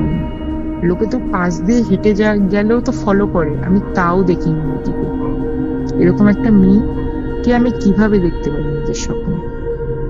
এবার আমি স্বপ্নটা তোমাকে ডিসক্রাইব করছি। এবার যেটুকুনি আমি তোমাকে বলবো সেটুকুনি পুরোটাই আমার স্বপ্ন, পুরোটাই। আমি একদিন রাত্রেবেলা শুয়ে আছি, তা আমি ঘুমিয়ে গেছি, ভালো, কোনো ব্যাপার না। আমি স্বপ্ন দেখছি যে আমার তখন বিয়ে হয়নি, যেটা ঠিক আছে, Okay. যে আমার বিয়ে হয়নি। আমি মানুষের স্বপ্ন, বিয়ের আগে যেরকম টিউশন পড়তে যাই, আমি পড়তে গেছি। তো এক জায়গা থেকে মানে পড়ার থেকে বেরিয়ে আমি বলছি কি, আমার ফ্রেন্ডের খিদে পেয়েছে, ফুচকা খাবো। ঠিক আছে, পাশে একটা স্টল থাকবে, আমি বলছি ওই স্টলে চল ফুচকা খেয়ে আসি। আমি বলছি ঠিক আছে চ, গেছি ফুচকা খেতে। এবার আমার পাশে একজন মহিলা, মানে এটা কি বলবো, একটা এরকম মানে কালো তো হয়, মানুষ কালো হয়, ঠিক আছে, আমার হাজবেন্ডও কালো, ঠিক আছে। এবার এত কালো, মিশমিশে কালো আমি মানুষ দেখিনি, তুমি জানো না, মানে ফ্যাকাশে কালো হয়ে গেছে, ফ্যাকাশে হয়ে গেছে দেহটা। আর সে একটা কালো শাড়ি পরে, মানে কালো, তার উপরে শাড়িটাও কালো, মানে কতটা কৃতি তুমি ভাবতে পারবে না। মানে আমার এখন বলছি আমি হাঁপিয়ে যাচ্ছি বলতে গিয়ে। মানে যখনই আমি ওটা মনে করি না, সিনারিটা, চুলগুলো খোলা, ঠিক আছে, মানে দৃষ্টিটা তোমার উপরে এমন ভাবে রেখেছে আমার উপরে, ঠিক আছে, যেন মানে আমাকেও খেয়ে ফেলবে, এমন ভাবে আমার দিকে তাকিয়ে আছে। এবার আমি ভাবছি, আমি যেহেতু ফুচকা খেতে গেছি, এবার আমি ভাবছি কি কোথাও ওনারও খিদে পেয়েছে, তার জন্য উনি এরকম ভাবে তাকিয়েছে। অনেকে থাকে না দরিদ্র মানুষ, ঠিক আছে, এরকম, ঠিক আছে। আমি বলছি আপনি কি খাবেন, আপনি খান, অসুবিধা নেই, আমি পয়সাটা দিয়ে দেবো, ঠিক আছে। ওরকম ভাবে তাকিয়ে রয়েছে। এবার অনেককে মানে কেমন একটা লাগে না নিজের ভিতরে। তা আমি বলেছি, আমি যে লোকটা আমাকে ফুচকা দিচ্ছে, আমি বলছি দাদা ওনাকে একটা পাতা দিন, উনিও খাক। এবার আমাকে উনি বলছে কাকে পাতা দেবো। আমি বলছি কেন, আমার এই যে ডান বা পাশে দাঁড়িয়ে আছে ওনাকে পাতাটা দিন। বলছে তোমার বা পাশে কেউ নেই, তোমার ডান পাশে তোমার বান্ধবী দাঁড়িয়ে আছে, ওদেরকে দেবো তো। আমি বলছি হ্যাঁ ওদেরকে তো দেবেনি, এনাকেও দিন, এ পাশে কেউ নেই। আমি বলছি, কি বলছেন, এখানে একটা জলজান্ত মানুষ দাঁড়িয়ে আছে। আমি ভয়ও পাচ্ছি, কিন্তু ওনাকে দেখে আমি ভয় পাচ্ছি লিটারেলি, কিন্তু আমি তবু বলছি যে ওনাকে একটা পাতা দিন। তুমি ভাবতে পারছো তো মানে কি বলবো। এবার উনি আমার সাথে, আমি সমানে আর্গুমেন্ট করে যাচ্ছি, উনি আমার সাথে পাল্টা আর্গুমেন্ট করে যাচ্ছে। এবার আমাকে বলছে তুমি তোমার বান্ধবীতে জিজ্ঞেস করো, তোমার পাশে কেউ নেই। হ্যাঁ, এবার আমার বান্ধবীদের আমি বলি, এই আমার পাশে নেই কেউ। বলছে বিশ্বাস কর রানী, তোর পাশে কেউই নেই। আমি বলছি তোদের মাথাটা খারাপ হয়ে গেছে, এমনিতেই আমি এই মহিলাটাকে দেখে প্রচন্ড ভয় পাচ্ছি, তারপরে তোরা বলছিস এই মহিলাটাকে তোরা দেখতে পাচ্ছিস না, এটা কোনো কোনো হতে পারে। মানে আমি যে কি বলবো, আমি নিজেই মানে ভীষণ পাজল হয়ে গেছি তখন। মানে তুমি ভাবতে পারবে না, দৃষ্টিটা এরকম, মরা মাছের চোখ যেরকম হয় ওরকম ভাবে একদৃষ্টিতে আমার দিকে তাকিয়ে আছে। এবার মানে আমি কি বলবো, আমার কেঁদে ফেলার মতন অবস্থা। তো সেদিনকে আমি ঘুমটা ভেঙে যায়। এবার আমি ঘুমটা যখন ভাঙে, আমি রিলিফ পেয়ে গেলাম। আমি যে এটা এবার কোন ধরনের স্বপ্ন, আমি এবার ওই মহিলাটাকে আমি মনে করার চেষ্টা করছি সমানে, যে আমি আচ্ছা ওই মহিলাটাকে কখনো দেখেছি। মানে স্বপ্ন মানুষের কাকে নিয়ে দেখে, এটা এত রিয়েল, মানে মনে হচ্ছে আমি রিয়েল, আমি মনে হচ্ছে আমি সত্যিকারের দেখছি, কিন্তু আদতে ওটা স্বপ্ন। আমার স্বপ্নটা ভেঙে গেল, কিন্তু আমি মনে হচ্ছে যে হ্যাঁ আমি বাস্তবে ওটা দেখছি। ওরকম একটা মহিলা এন্টিটি, মানে ওটা এন্টিটি বলবো, যেহেতু আমি দেখতে পাচ্ছি আর কেউ দেখতে পাচ্ছে না, সেটা এন্টিটি ছাড়া আর কি হবে বলো। ওরকম বিভৎস একটা ফ্যাকাশে কালো মহিলা, চুলগুলো খোলা, আর হচ্ছে কালো শাড়ি পরা, আর মানে দৃষ্টি তার অস্বাভাবিক দৃষ্টি, মানে যে দেখেনি সে বুঝতে পারবে না, আর যারা এরকম কিছু ফেস করেছে তারা তো বুঝতেই, মানে কি একটা খারাপ বিষয়। তা আমি চাইছি যে ভুলে যেতে, ঠিক আছে। এবার 2-3 দিন যায়, 2-3 দিন পরে সেম স্বপ্ন আবার, যেখান থেকে শেষ হয়েছিল সেখান থেকে। এটা কখনো হয়? পরের দিন যেটা হলো, আমি আবার ঘুমিয়েছি, ঘুমানোর পরে দেখছি যে ওই যে আমি ফুচকা খাচ্ছিলাম, আমি রেগে গেলাম, তা আমি বলছি তোরা থাক, ঠিক আছে, এটাও কিন্তু স্বপ্ন, কিন্তু যে তোরা থাক, আমি বাড়ি চলে যাচ্ছি, তোরা আমার সাথে আমার খিল নিচ্ছিস, আমি এরকম দেখতে পাচ্ছি, তোরা দেখতে পাচ্ছিস না, এটা একটা বাজে ব্যাপার, তোরা থাক। এবার আমি ঠেলে আমি, এবার আমার সাইকেল ছিল একটা, আগেও একটা সাইকেল ছিল, আমি সাইকেল চালিয়ে আমি বাড়ি চলে গেলাম। আমি সাইকেল চালাচ্ছি, কিন্তু মহিলাটা আমাকে পেছন করছে। মহিলাটা পেছন করছে কেমন ভাবে তুমি তাও মানে ভাবতে পারবে না। আমি পেছন করে হেঁটে হেঁটে কিংবা দৌড়িয়ে, যদি সে খুব জোরে সাইকেল চালায়, উনি ভেসে ভেসে চলে আসছে, মানে জাস্ট মনে হচ্ছে ফ্লাই করতে করতে চলে আসছে, আমার সাইকেলের সাথে পাল্লা দিচ্ছে। আমি বলছি, আমি প্রথমে তো খেয়াল করিনি, যখন আমার কিছু কি একটা মনে হলো আমি জানি না, আমি স্বপ্নের মধ্যেই যেন পেছন করলাম, দেখছি ওরকম ভাবে ফ্লাই করতে করতে আসছে। এবার আমি পায়ের দিকে হঠাৎ তাকিয়েছি। আমি তখন মানে আমার মানে ভিতরে যত শক্তি আছে সব শক্তি যেন আমি সাইকেল চালাতে দিয়ে দিচ্ছি। আমি বাস্তবেও ঘেমে গেছি, এরকম আমার সিচুয়েশন হয়ে গেছে। আমি সাইকেল রানিং চালিয়ে সাইকেল ফেলে মেলে মানে আমি আমার বাড়িতে ঢুকে গেছি স্বপ্নে আমি দেখছি। আর যে এন্টিটিটা আমাকে তাড়া করছিল তখন, সে আমার বাড়ির ওখানে এসে দাঁড়িয়ে স্টপ হয়ে গেছে আমার বাড়ির সামনে। আর আমি সাইকেল ফেলে আমি ঘরে ঢুকে গেছি। আমি এত হাঁপাচ্ছি, আমি বাস্তবেও হাঁপাচ্ছিলাম, বলতে গেছি এখনো হাঁপাচ্ছি। আমি ঘরের মধ্যে ঢুকেছি, আমি আমার ঠাম্মা আর আমার কাকি বসে আছে। আমাকে বলছে, তুই হাঁপিয়ে গেছিস কেন? এরকম স্বপ্নে দেখছি। আমি, তোমরা বিশ্বাস করবা না, কেউই বিশ্বাস করছে না জানো তো। বলছি, কেন, কি হয়েছে? আমি কি, তোমরাও বললে বিশ্বাস করবা না। বলছে, আরে বল তো আগে, তারপর তো বিশ্বাসের অবিশ্বাসের প্রশ্ন আসছে। আমি বলছি, আমাকে বিশ্বাস করবো তো? বলছে, হ্যাঁ বিশ্বাস করবো না কেন? বলছে, জানো এরকম একটা কালো ফ্যাকাশে মুখ একটা মহিলা, একটা কালো শাড়ি পরে, তার চোখগুলো অস্বাভাবিক, কি বলবো, মানে বোঝাতেই পারছি না আমি তাকে। আমাকে পেছন করতে করতে ফলো করতে করতে আমার বাড়ি অব্দি চলে আসছে জানো। ওরা শুনে আমাকে যেন খিল্লি করছে, আমার ঠাম্মা হাসছে, আমার কাকি হাসছে, এদিকে আমি কাঁদছি, আর ওরা অট্ট হাসিতে মানে মানে হেসে হেসে যেন পাগল হয়ে যাচ্ছে। কেমন লাগছে এই ঘটনাটা কমেন্ট করে জানান। ভালো লাগলে অবশ্যই লাইক করে এই ঘটনাটা না সবার মধ্যে শেয়ার করে দিন। আর আপনাদের যদি কোনো স্পিরিচুয়াল হেল্প লাগে, এমন কোনো প্রবলেম যেটা হয়তো আপনারা সলভ করতে পারছেন না বা বুঝতে পারছেন না কেন হচ্ছে, অথবা আপনার যদি কোনো তান্ত্রিক বা অ্যাস্ট্রোলজিক্যাল হেল্প লাগে, যোগাযোগ করুন আমাদের অফিসিয়াল হোয়াটসঅ্যাপ নম্বরে, যেটি হচ্ছে 6290675195। তাহলে চলুন ঘটনাতে ফেরা যাক। আমি যে, দেখো তোমরা হেসো না, তোমরা আমাকে বিশ্বাস করো, তুমি চলো দেখবা, চলো দেখবা। এবার আমার কাকি তো বিশ্বাসই করছে না স্বপ্নের মধ্যেও। আমার ঠাম্মাকে বলছে, তুমি তো আমাকে ভালোবাসো, তুমি তো অন্তত বিশ্বাস করো, তুমি তো সব থেকে বেশি আমাকে ভালোবাসো, বিশ্বাস করো, চলো তুমি দেখবা, চলো তুমি দেখবা। এইটা বলতে বলতে গোঙাতে গোঙাতে আমার হাজবেন্ড শুনতে পাচ্ছে আমি পাশের থেকে গোঙাচ্ছি, কিছু একটা বলার চেষ্টা করছে। আমার হাজবেন্ড আমাকে ঝাঁকাচ্ছে, তখন আমি কাঁদছি ফুফিয়ে ফুফিয়ে। তখন আমাকে তুলেছে, তুলে বলছে, তোমার কি হয়েছে? আমি আমার কি হয়েছে? আমি মানে তখন নিজেই হতবাক, মানে অস্থির হয়ে গেছে। আমাকে জল দিল, জল দেওয়ার পরে জলটা খেলাম। আমি বলছি, তুমি জানো আমি কয়েকদিন ধরে এরকম একটা স্বপ্ন দেখছি, আমি খুব মানে ভয় পেয়ে রয়েছি। বলছে, ওসব কিছু না, ঠাকুরের নাম করো, ঘুমিয়ে পড়ো, ঠিক আছে। ও মানে তখন আমি যখন ডিটেলসে বলিনি, যেহেতু এর জন্য আমাকে বিশ্বাসও করেনি, ঠিক আছে।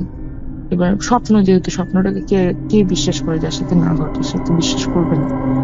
তাই আমি জল খেয়ে ঘুমিয়ে পড়ি। আবার 3-4 দিন পরে আবার সেম স্বপ্ন, সেম জায়গার থেকে সেম ভাবে আবার শুরু। আমি আবার বলছি যে, তোমরা আমাকে বিশ্বাস করো, কাঁদছি, কেঁদে কেঁদে বলছি, তোমরা বিশ্বাস করো, তোমরা বিশ্বাস করো, চলো আমার সাথে দেখবে। আমার ঠাম্মা বলছে, ঠিক আছে চল, আমি তোকে বিশ্বাস করি, চল আমি দেখবো। আমি, ঠিক আছে চলো। আমি বলছি, দেখো নিচ দিয়ে সামনাসামনি যেও না, যদি লুকিয়ে পড়ে চলো, আমরা উপরে দোতলায় আমাদের একটা প্যাসেজ আছে, যেখান থেকে আমরা দেখলে আমরাই দেখতে পাবো, উপরে দোতলার থেকে আর কেউ দেখতে পারবে না আমাদের। এবার আমি বলছি, চলো উপরে গিয়ে দেখবো, দেখবা আমাদের গেটের সামনে, তুমি চলো দেখবা দাঁড়িয়ে আছে। আমি এরকম ভাবে বলছি, চলো দেখবা দাঁড়িয়ে আছে। বলছে, চল দেখছি। আমি কি, লাইটও জ্বালাবে না বারান্দা, তুমি চলো অন্ধকারে যাবো হেঁটে হেঁটে। অন্ধকারে সিঁড়ির উপর দিয়ে হেঁটে গিয়ে দাঁড়িয়েছি আমাদের ফ্রন্টে দোতলার প্যাসেজে। আমি, দেখো ওই যে ওইখানে দাঁড়িয়ে আছে, দেখো ওইখান থেকেও, যেখান থেকে কেউ দেখা যায় না, ওই দোতলার ওই পয়েন্টটার থেকেও সে নিচ তলার থেকে আমাকে ডাইরেক্ট দেখছে, আমার চোখে চোখ রেখে দেখছে আমাকে। কিন্তু আমার পাশে দাঁড়িয়ে থাকা আমার ঠাম্মা কিন্তু সেটা দেখতে পাচ্ছে না। আমাকে, দেখো আমার দিকে তাকিয়ে আছে, আমাকে এখান থেকে দেখে ফেলেছে সে, তুমি দেখতে পাচ্ছ না? বলছে, আমি এখনো দেখতে পারিনি, দেখ বিশ্বাস কর মনা, দেখা যাচ্ছে না। আমি তখন না, আমাকে মনে হয় ছেড়ে দিয়ে মা কেঁদে পাচ্ছি, যেরকম একটা অবস্থা হয় না মানুষের। আমি বলছি আমি কি করছি, আমি হাই কপাল। আমি তখন নিজেও বুঝতে পারছি যে আমি একটা স্বপ্ন দেখছি, দীর্ঘদিন ধরে দেখছি। আমি তখন নিজেও বুঝতে পারছি যে আমাকে কেউ জাগিয়ে দিক।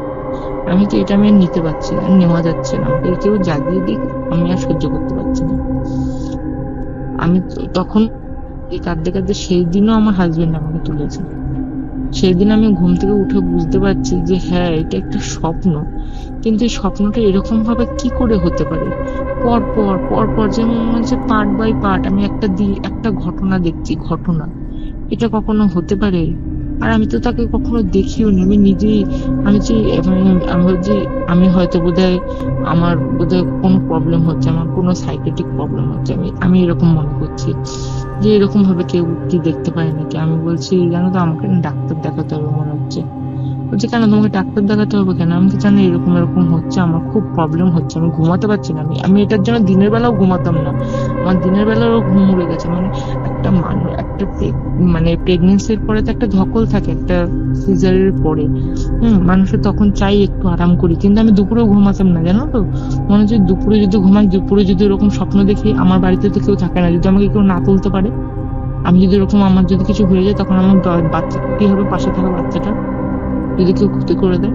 এরকম হয়ে গেছিল আমার, মানে ভেতরে একটা আতঙ্ক যে আমি যদি দুপুরে ঘুমিয়ে পড়ি, যদি আমাকে কেউ ক্ষতি করে দেয়, তাহলে আমার বাচ্চাটার কি হবে, এরকম মনে হতো। যেহেতু বাড়িতে কেউ থাকতো না, আমার হাজবেন্ড তো রাতে তাও আসতো, ঘুমাতো, থাকতো, অসুবিধা হতো না, কিন্তু আমি দুপুরেও ঘুমাতাম না। আমার চোখের তলায় যেন কালি পড়ে যাচ্ছে দিনকে দিন, জানো না, এতটা আমার খারাপ অবস্থা হয়ে গেছিল। তারপর কি হলো? তারপরে লাস্ট আমি বলছি এটা আমি আর নিতে পারছি না, আর আমার ভালো লাগছে না। আমি তারপরে আরেকদিন রাত্রে ঘুমিয়েছি, ঘুমানোর পরে সেম ওখান থেকে আবার আমি বলছি ব্যাস, আমি বোধহয় এর থেকে আর বেরোতে পারবো না, এরকম ভাবেই চলবে, আর এরকম ভাবেই আমি শেষ হয়ে যাবো। সেদিনকে আমি দেখছি যে আমি রেগে টেগে আমি ছাদের থেকে নেমে চলে আসছি। কেউ আমাকে বিশ্বাস করো না, আমি বোধহয় পাগল হয়ে যাচ্ছি, আমি সত্যিই পাগল হয়ে যাচ্ছি বলে কাঁদতে কাঁদতে আমি ঘরে এসে আমি খাটের উপর বসে পড়েছি। এটাও কিন্তু স্বপ্নই বলছি, ঠিক আছে।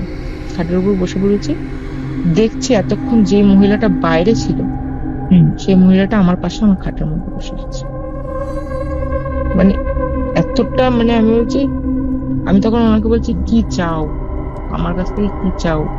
আমি বিশ্বাস করো আর নিতে পারছি না, আমি আর নিতে পারছি না এটা, তুমি বলো আমাকে কি চাও, ঠিক আছে। তখন আমি কাঁদছি, সত্যিই কাঁদছি, আর এখনো যেন আমার কান্না পাচ্ছে, ঠিক আছে। আমি বুঝতে পারছি যে এটা স্বপ্ন। তখন আমার পুরো একদম হয়ে গেছে, আমাকে কেউ জ্বালিয়ে দিই, ঠিক আছে। আমি খালি প্রে করছি যাতে আমার হাজবেন্ড আমাকে তুলে দেয়। আমাকে তখন ফার্স্ট, এতদিন কিন্তু কোনো কথা বলেনি ওই এন্টিটিটা, সেদিন আমার সাথে ফার্স্ট কথা বললো। বলছে আমি তো কিছু চাই না, আমি তোকে দেবো। আমি যে কি দেবে, আমি কিছু চাই না। বলছে না তোকে নিতে হবে, আমি তোকে দেবো, তো অনেক কিছু দেবো। বলছে দেখবি কি কি দেবো। আমি কি দেবে তুমি আমাকে? দেখছি মানে মানুষকে ইমপ্রেস করার জন্য মানুষের শাড়ি গয়না জিনিসপত্র দেয় না মানুষ, হ্যাঁ দেখছি মানে অনেক শাড়ি, অনেক গয়না।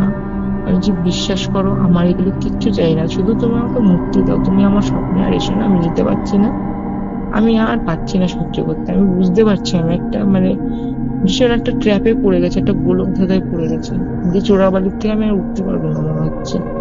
তুমি আমার স্বপ্নে আর এসো না, আমি পারছি না নিতে। আমি তো তোমার ক্ষতি করিনি, করতে কাঁদতে আমি মানে হাউমাউ করে সেদিনটা কাঁদছি, বাস্তবেই কাঁদছি। তখন আমার হাজবেন্ড আমাকে তুললো ঘুমের থেকে, আর মানে তখন কি বলবো, বলছে তুমি খুবই একটা খারাপ স্বপ্ন দেখছো, কয়দিন ধরে ঝাড়াতে নিয়ে যেতে হবে একটুখানি, মানে তোমাকে কিছু করতে হবে, প্রোটেকশন দিতে হবে। আমি বলছি আমারও মনে হচ্ছে, কারণ আমি আর নিতে পারছি না, আমার খুব আমি দিনে ঘুমোই না, আমি রাতে ঠিক করে ঘুমাতে পারি না। একটা মানুষ, তারপর একটা বাচ্চাকে দেখাশোনা করা, যেহেতু কোনো হেল্পিং হ্যান্ড ছিল না তখন, সংসারের কাজ করা, যাবতীয় কিছু করতে হয়, তার মধ্যে যদি আমি দিনে না ঘুমাই, রাতে না ঘুমাই, তাহলে আমার অবস্থাটা কতটা খারাপ হতে পারে। আমার নিজেকে পাগল মনে হতো, আমি কি এরকম করে করে আমি শেষ হয়ে যাব।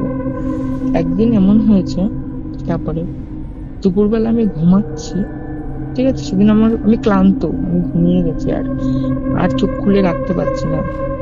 মনে হচ্ছে যেন আমাকে কেউ আষ্টে পৃষ্ঠে মানে বেঁধে ফেলে না, সেরকম মনে হচ্ছে আমাকে বেঁধে রেখেছে কেউ, ঠিক বলবো। আচ্ছা।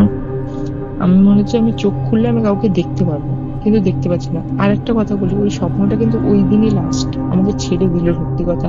আমি আর তারপর থেকে ওই স্বপ্নটা দেখিনি, এখনো পর্যন্ত কেউ দেখিনি, এটাই যা।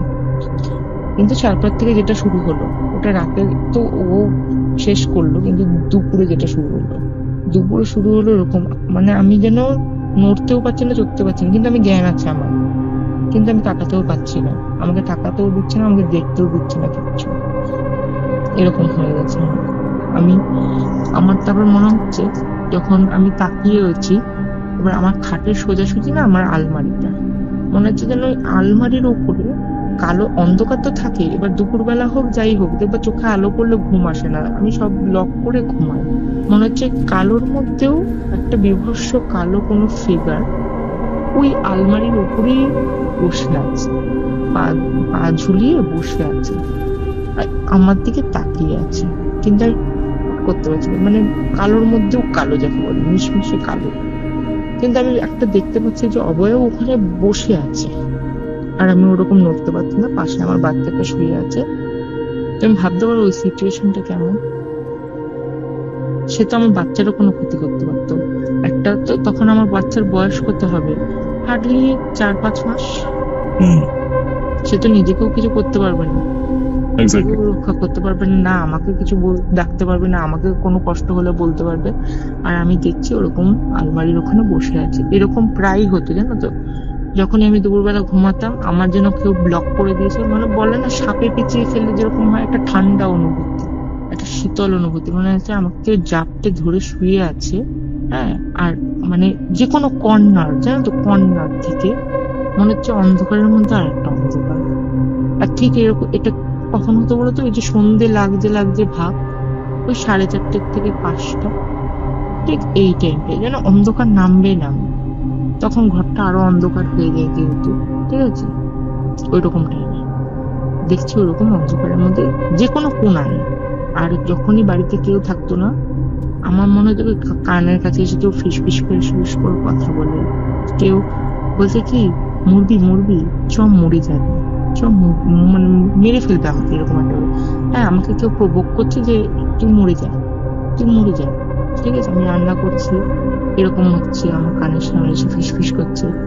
আর আমার তো কোনো প্রবলেম নেই, যে এমন না যে আমার সাংসারিক প্রবলেম, হ্যাঁ আমাকে হয়তো করে নিতে হবে, তার জন্য কি আমার হাজবেন্ড আমাকে প্রচন্ড ভালোবাসে, ঠিক আছে, আমার তো কোনো প্রবলেম নেই, আমি কেন মরতে যাবো, ঠিক আছে, কিন্তু আমাকে এমন ভাবে প্রভোগ করছে, আমার মনে হচ্ছে যেন আমি হ্যাক করে, হ্যাঁ, এমন সৃষ্টি হয়ে গেল যে আমার যার সাথে আমার কখনো ঝগড়া হয় না, ঝামেলা হয় না, আমার হাজবেন্ডের সাথে আমি অকারণে ঝগড়া করছি, অকারণে আমি ছোট ছোট বিষয়ে রেগে যাচ্ছি, খিটখিট করছি, হ্যাঁ আমি বলছি নিজেকে শেষ করে দেবো, হ্যাঁ আমার বাঁচতে ইচ্ছা করে না, আমি মানে যা তা করছি, ও আমাকে বলছে তোমার কি কোনো নার্ভের প্রবলেম হচ্ছে, তোমার কি হচ্ছে, তুমি তো এরকম মানুষই নও, ঠিক আছে, স্বাভাবিক একটা মানে সাধারণ বিষয়ে যদি ছোট ছোট বিষয়ে রেগে যাচ্ছি, ঠিক আছে, সেটা আর কি হবে, এবং পাগলের পর্যায়ে ছাড়া তো আর কোনো কিছু বলবে না আমাকে, সে তো বুঝতেই পারছে না, আমি নিজেও তখন বুঝতে পারছি না, আর বুঝতে পারছি নাকি বুঝতে পারছি না আমি তাও বুঝতে পারছি না, মানে আমি এতটাই ওটার মধ্যে হয়ে গেছে, অবসেসড হয়ে গেছে, আমি না বলতে পারছি, আমাকে যেন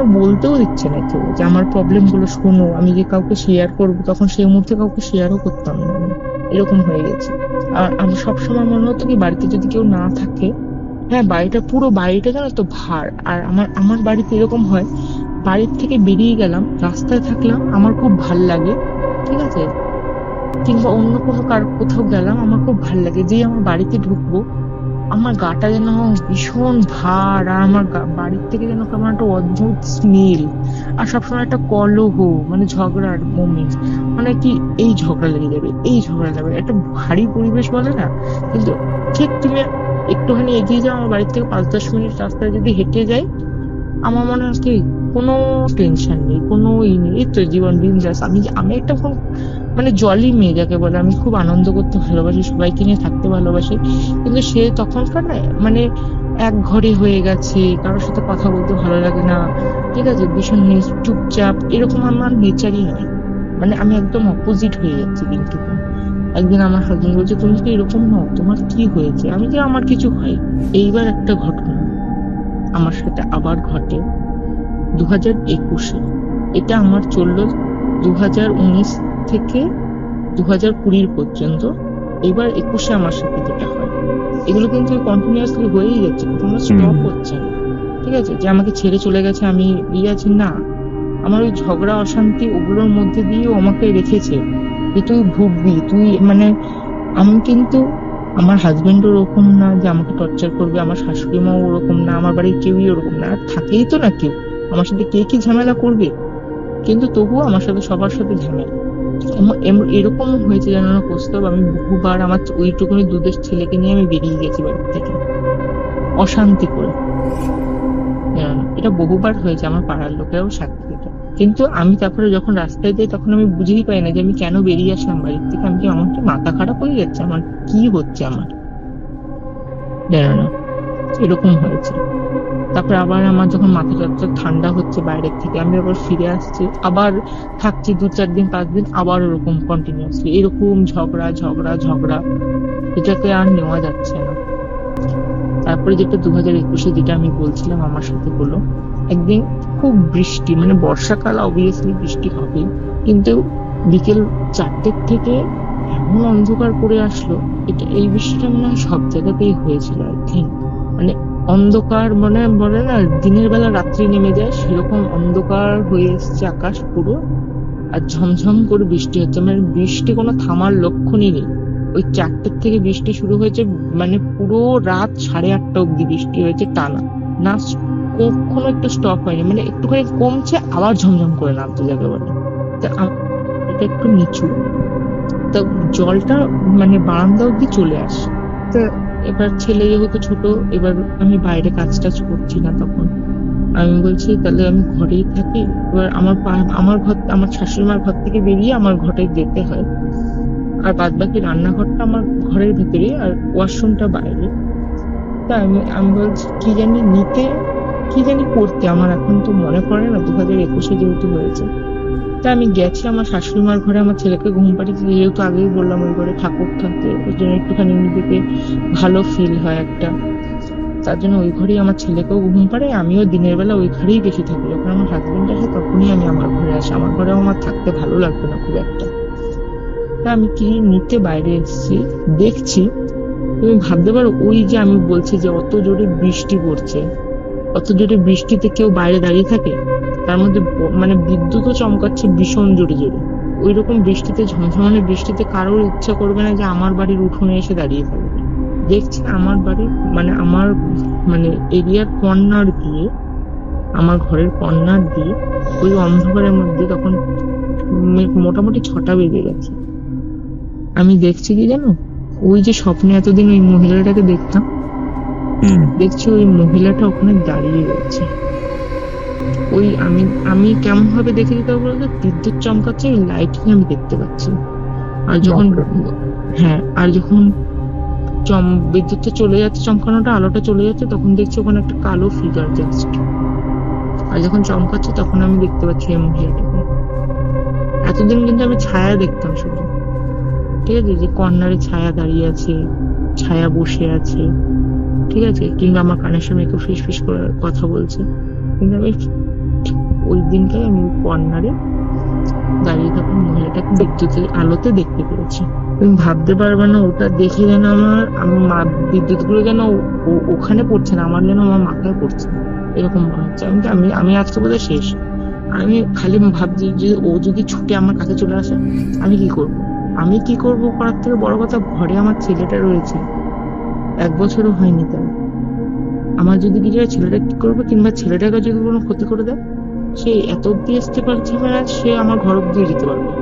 তখন আমার এরকম মনে হচ্ছে যে যা কিছু হতে পারে, আমি যেন ফ্রিজ হয়ে গেছি, ওখান থেকে যেন আমি নড়তেই পারছি না। আমি যে ঘরে গিয়ে নিজেকে আরো লক করে দেবো, আমি সেটাও পারছি না, যে আমার ছেলের কাছে কি আমি ঘরটা লক করে দেবো, আমি ওখান থেকে নড়তেই পারছি না কোনোদিন, যেন আমাকে মাটির সাথে মানে আটকে দিয়েছে পুরো শিকল দিয়ে, এরকম মনে হচ্ছে আমার।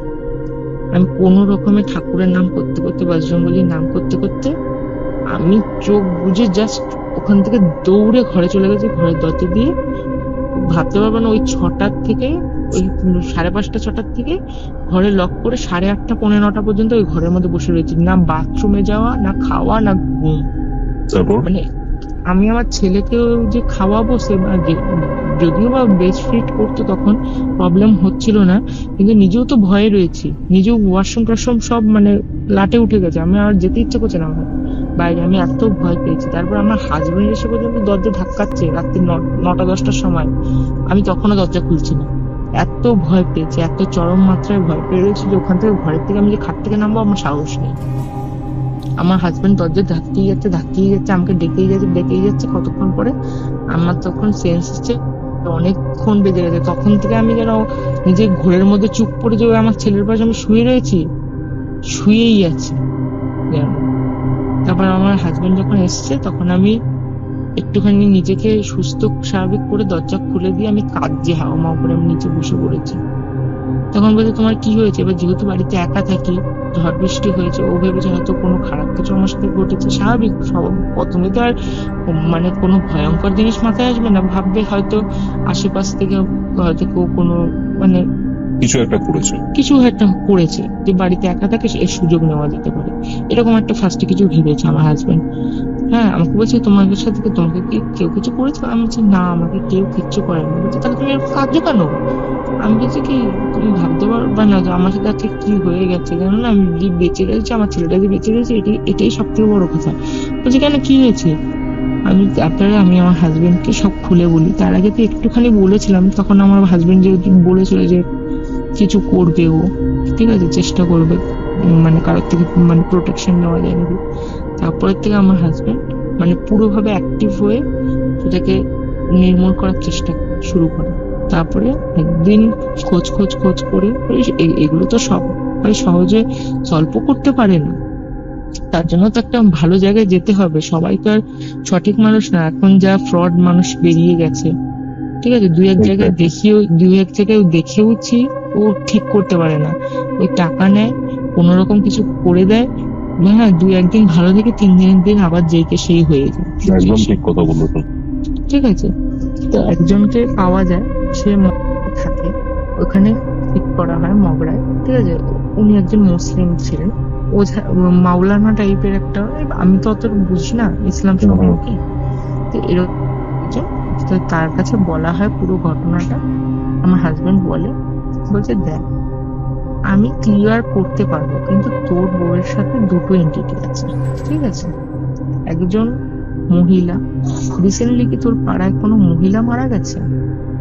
ও বলেছে হ্যাঁ মারা তো গেছে, ঠিক আছে, বলছে আর কেউ মহিলা মারা যায়নি তো? আমি বলছি না। ও বলেছে না, মহিলা কোনো আর মারা যায়নি, আর যারা রিসেন্ট মরেছে তারা সবাই পুরুষ মানুষ, মহিলা বলতে একজনই সুসাইড করেছে, আর সুসাইড করেছে বেসিক্যালি বলেছে।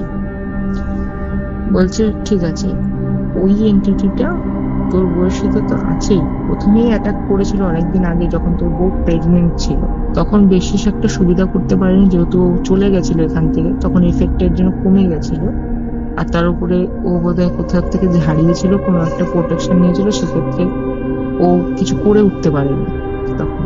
কিন্তু এখন যখন ও ফিরে এসছে, ও নিজের আক্রোশ নিয়ে ফিরে এসছে, যেহেতু তখন কিছু করতে পারেনি, সেটা ওর মাথায় রয়েছে, ঠিক আছে, তখন ও বলছে তাহলে কি করতে পারি, যে এটা আমি ক্লিয়ার করতে পারবো না, কিন্তু আরেকটা এন্টিটি রয়েছে ওর সাথেই, হয়তো বা তোমরা কোথাও থেকে গেছিলে এমন জায়গায়, সেখানে হয়তো মানে কোনো জিনের আছর হয়েছে, বুঝলে তো, যেটা আমি ওই যে বলছিলাম না আলমারির উপরে বসে থাকতো, সেটি একটি বেসিক্যালি জিন ছিল, আমি তো বুঝতে পারিনি, আমি ভাবছিলাম তখন একটাই বোধহয় এন্টিটি যেটা আমাকে ফলো করছে, কিংবা ওই আষ্টপৃষ্টে জড়িয়ে ধরে শুয়ে রয়েছে, ওটা একটি জিন, আমি সেটা তখনও বুঝতে পারিনি, আর আমি ভাবতেই পারিনি এসব কিছু যে আমার সাথে হতে পারে। বলছে আমি জিনটাকে সরাতে পারবো, বাট আমার পক্ষে সম্ভব না ওই মহিলাটাকে সরানো। তার জন্য বলছে তাহলে তার জন্য আমরা কোথায় যাবো, কারণ আমাদের তো আর খোঁজার, আপনাকে খুঁজতেই এতদিন লেগে গেছে, আমরা আবার খুঁজবো, কোথা থেকে খুঁজবো। তখন উনি একটি ঠিকানা দেয়, সেটা আবার শ্রীরামপুরে একটি কালী মন্দির আছে, ওনারা স্বামী স্ত্রী দুজনেই সাধক আর সাধিকা, ওনারা এসব ক্লিয়ার করে। আমার হাজবেন্ড প্রথম দিন আমাকে জিনটা ছাড়ানোর জন্য ওই মাওলানার কাছে নিয়ে যায়, ঠিক আছে, সেখানে গিয়ে সেখানে গিয়ে তো আর এক ঘটনা ঘটে যায়। সে আমার যেন রূপই চেঞ্জ, ঠিক আছে, আমার কথা বলার মধ্যেও একটা ডুয়েল টোন চলে এসছে, ঠিক আছে। সে আমাকে কিছুতেই ছাড়বে না, এরকম এরকম টাইপের, ঠিক আছে। উনি অনেক চেষ্টা করছে, ও পাল্টা অ্যাটাক করছে, মানে তাকে তার ইয়েতে কথাতে, মানে খুব বাজে বাজে ভাষা, সেগুলো আমি এখানে প্রয়োগ করতে পারবো না, ঠিক আছে। তা উনি লাস্ট কি করলো, উনি আমার কোড়ে আঙুলটা ধরে জোরে চাপ দিল, ঠিক আছে। চাপ দেওয়াতে প্রথমে তো লাগছিল না, কিন্তু মানে এগুলো আমি জানতাম না, এগুলো আমার হাজবেন্ড আমাকে বলেছে। কিন্তু উনি একটা হঠাৎ করে উনি কিছু একটা মন্ত্র পড়লো কিংবা কোনো চ্যান্টিং করলো, তাতে আমার খুব কষ্ট হতে শুরু করলো। তারপর একটু শুকনো লঙ্কা পুড়িয়ে আমার নাকের সামনে আমাকে ধরলো। তখন আমি মানে তখন আমি কি, আমার ভেতরে থাকা এন্টিটি ছেড়ে যেতে রাজি হয়, আমাকে তখন ছাড়তে রাজি হয়।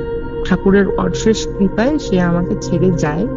লাস্ট ফিনিশিং মোটামুটি ও 1 ঘন্টা জ্বালিয়েছে, তারপরে আমাকে ছেড়েছে।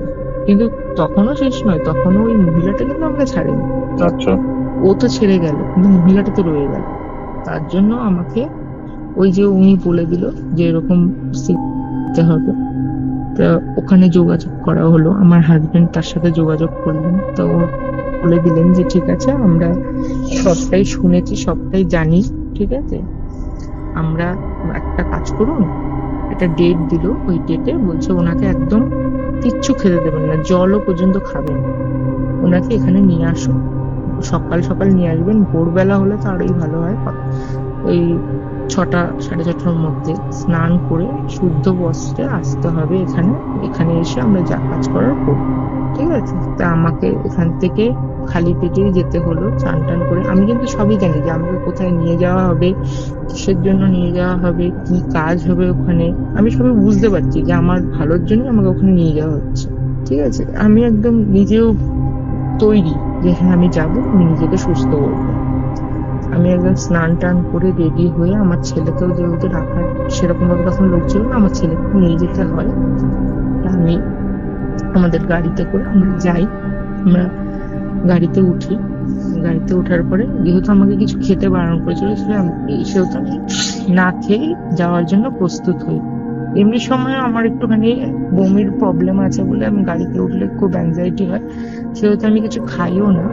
কিন্তু তুমি ভাবতে পারবে না, সেই দিন আমার মনে হচ্ছে যেন আমার দুনিয়ার খিদে পেয়েছে, আমার যেন এখনই না খেতে পেলে আমার মাথা মানে সব মানে কি যে আমি করবো, দুনিয়া শেষ করে ফেলতে পারবো এরকম মনে হচ্ছে। কারণ তখন আমার এত খিদে পেয়েছে, আমি খালি বলছি এখানে দাঁড়াও, এখানে না অমুকটা ভালো, আমাকে খেতে হবে, আমার না খুব খিদে পেয়ে গেছে। বলছে তুমি জানো না তোমাকে খেতে দেওয়া যাবে না। হ্যাঁ, আমি সে গাড়ির মধ্যে যেন তাণ্ডব শুরু করে না, মানুষের তাণ্ডব শুরু করে দিয়েছি। ও বলছে দেখো এরকম করো না, গাড়ির ভিতরে বাচ্চাটা আছে, আমার চালাতে অসুবিধা হচ্ছে, তুমি এরকম করো না, চুপ করে বসো। আমি কি দেখো আমাকে হয় খেতে দাও না, এসব বার যেতে হবে না, কোথাও যাবো না আমি। তখন আমি মানে যেতেই অস্বীকার করছি। যে নিজেকে সুস্থ করার জন্য সকাল সকাল রেডি হয়ে গেছে, সে তখন বলছে যে যাবে না। তার মানে তুমি ভাবো, মানে তখন আমার নিজেকে সুস্থ করার কোনো টেন্ডেন্সি নেই, আমি এখন বাড়ি চলে যাব। ওই গাড়ির থেকে যেখানে হাফ রাস্তা আমরা অলরেডি চলে গেছি, খুব বেশি দূর নয়, ঠিক আছে, আমরা হাফ রাস্তা চলে গেছি। সেখানে আমি বলছি চলো বাড়ি যাব, ঠিক আছে, আমার খুব খিদে পাচ্ছে, বাড়িতে যাব, খাবো আমি এখন, ঠিক আছে, নাহলে রাস্তায় কোথাও দাঁড় করাও, খাবো। মানে খাওয়ার জন্য মানুষের ওরকম মানে সে কি যে মানে শুরু করেছে, বোধহয় কেউ করে না ওরকম, খিদেতে এরকম শুরু করে দিয়েছে। আমি যেখানে আমি অনেকক্ষণ না খেয়ে থাকতে পারি, সেই মানুষ আমি এই খাওয়ার জন্য পাগলামি শুরু করে দিয়েছি রাস্তাঘাটে, যেখানে পাচ্ছি গাড়ি দাঁড় করানোর জন্যই করছি।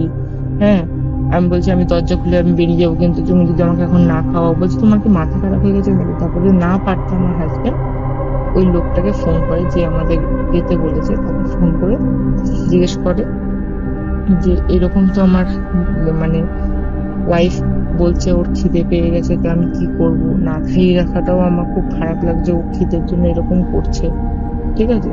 তখন ওকে বলছে দেখো, যদি ভালো করে কাজটা মেটাতে চাও আজকে, তাহলে কিচ্ছু খাওয়া যাবে না, না খাইয়েই আনতে হবে, কিছু করার নেই।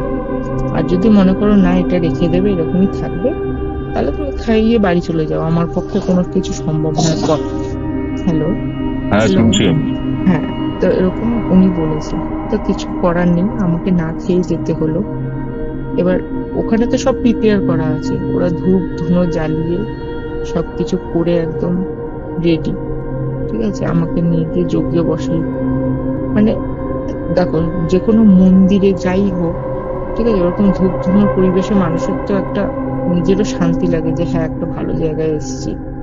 কিন্তু আমার মনে হচ্ছে ওই জায়গাটা আমার অশান্তি মনে হচ্ছে। আমার যেন ওই ধূপ ধুনো, এমনিতে আমি ধূপের গন্ধ খুব ভালোবাসি, ঠিক আছে, কিন্তু তখন ওটা আমার আর ভালো লাগছে না। তখন মানে হচ্ছে দুনিয়ার অস্বস্তি হচ্ছে আমার ওখানে। আমার হচ্ছে আমি এখান থেকে ছুটে বেরিয়ে যাব, এখান থেকে পালিয়ে যেতে পারলে আমি বেঁচে যাই। ঠিক আছে, আমি ওখানে বসতেই আমার ইচ্ছে করছে না। আমি বলছি আমার না ঘুম পাচ্ছে। তুমি ভাবেও আমাকে ওখানে নিয়ে গেছে আমাকে কিওর করার জন্য, আমি বলছি আমার ঘুম পাচ্ছে। আমি বলছি আমি ঘুমিয়ে পড়বো, আমার ভালো লাগছে না এসব। ঠিক আছে, এসব বন্ধ করো, খিদেও পেয়েছে, ঘুমও পাচ্ছে, আমি না ঘুমিয়ে পড়বো। ঠিক আছে, কিন্তু ওই করে করে আমার তখন আমার বাচ্চাটাও ঘুমাচ্ছিল, যেহেতু ওকে নিয়ে যেতে হয়েছে। ওকে পাশে একটা জায়গায় শুইয়ে আমার হাজবেন্ড আমার সাথে বসলো পুজো। তারপরে ওই পুজোটা শেষ করলো। ঠিক আছে, আমি বলছি এবার পুজো শেষ হয়ে গেছে, আমি এবার ঘুমিয়ে পড়বো, আমি আর পাচ্ছি না। তখন আমি আর সত্যিই পাচ্ছি না, আমার শরীর যেন ক্লান্ত হয়ে গেছে। ঠিক আছে, আমি বলছি, আমাকে ঘুমোতে দাও, আমি আর পাচ্ছি না। আমাকে বলছে না, এখনো শেষ হয়নি, তুমি এই যা যা যোগ্য হয়েছে এগুলো সব জিনিস তুমি পরিষ্কার করবে নিজে হাতে। পরিষ্কার করে তুমি গঙ্গায় এগুলো ফেলবে। ফেলে ওখান থেকে যদি চান করে আসতে পারো খুব ভালো, আর যদি এক্সট্রা জামা কাপড় না থাকে তাহলে তো চান করে আসতে পারবে না, কারণ সেক্ষেত্রে তুমি একটুখানি জল ভালো করে মাথায় ছিটিয়ে চলে আসতে হবে তোমাকে। তারপরে আমাকে ওই মানে যা যাবতীয় যা কিছু ছিল, আমার নিজের কষ্ট হচ্ছে, খিদে পাচ্ছে, আমার ঘুম পাচ্ছে, যেন আমার দুনিয়ার সবকিছু কষ্ট হচ্ছে। আমি পুরো ওগুলো পরিষ্কার করে সেখান থেকে ওনার মানে ওই যে সাধিকা ছিল, ওই সাধিকা আমার সাথে গেল গঙ্গার ঘাটে, সেগুলো সব ভাসিয়ে ফেলে দিয়ে আসলাম। আমি বলছি জল টল ছিটিয়ে, তারপর আমি বলছি আমাকে এবার ছেড়ে দাও, আমার না খুব ঘুম পাচ্ছে।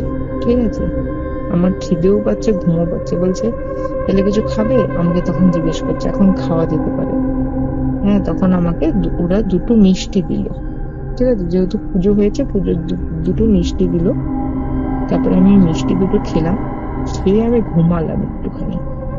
ঠিক আছে, আমি যেন মানে বহুদিন ঘুমাই না এমন ভাবে ঘুমিয়েছি। মিনিমাম 2 ঘন্টা ঘুমিয়েছি সেখানে। একটা লোকের বাড়ি, অজানা অচেনা লোকের বাড়িতে আমি 2 ঘন্টা ঘুমিয়ে আছি। আমার ছেলেটাও ওই সকাল থেকে হয়তো ঠিক করে খায়ও নি সেদিনকার। আমার ছেলেটাও আমার সাথে কষ্ট পেয়েছে সেদিন। আমি ঘুমিয়ে রয়েছি এরকম, আমার হাজবেন্ড আমার ছেলেকে কোলে নিয়ে পাশে আমার মাথার কাছে বসে আছে।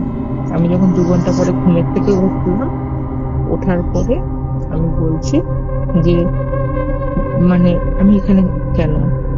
তখন বলছি যেন আমি কিছুই জানি না, এরকম।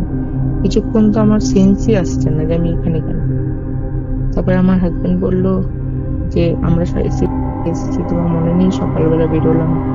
আমি বলছি ও হ্যাঁ। আমি যে সব হয়ে গেছে তো? বলছে হ্যাঁ তুমিই তো করলে, তুমি তো বসলে পুজো, তুমি তো সব করলে, পুজো করলে, গঙ্গায় দিয়ে আসলে। তখন আমার যেন আস্তে আস্তে মনে পড়ছে যে হ্যাঁ আমি তো দিয়ে আসলাম গঙ্গায়। হ্যাঁ, তখন আবার সেই মুহূর্তে মানে এত বমি পাচ্ছে, তার সাথে মাথাটাও ঘুরছে। আমি বলছি আমি না বমি করবো, আমার আর ভাল লাগছে না, আমার শরীরটার মধ্যে খুব অস্বস্তি করছে। ঠিক আছে, তখন আমি বমি করতে গেলাম, আমাকে নিয়ে গেল। আচ্ছা তুমি বসতে ভাবো, কখনো আলকাতরার মতন কালো বমি কারোর হয়?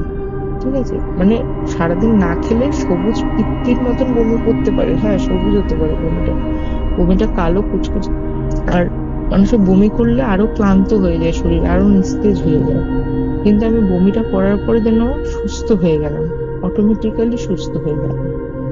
ওই যে বমিটা হলো তারপরে যেন আমি, আমার শরীর একদম মানে না একটা কিছুর পরে সেই সতেজ হয়ে ফিরে আসা সেরকম হলো। যেন এতক্ষণ আমার শরীরে যে একটা ভাব ছিল, সে একটা অস্বস্তি ভাব ছিল, সেগুলো নিমিষেই বমির পরে কেটে গেল। আমি একদম ফিট তখন। ঠিক আছে, এখানে অনেকেই বলতে পারে যে হ্যাঁ তুমি তো হয়তো অনেকক্ষণ না খেয়েছিলে, মিষ্টি খেয়ে গিয়ে তার জন্য তোমার এরকম হয়েছে, কিন্তু না, বমি করলে আরো মানুষ ক্লান্ত হয়ে যায়। ঠিক আছে, হুম।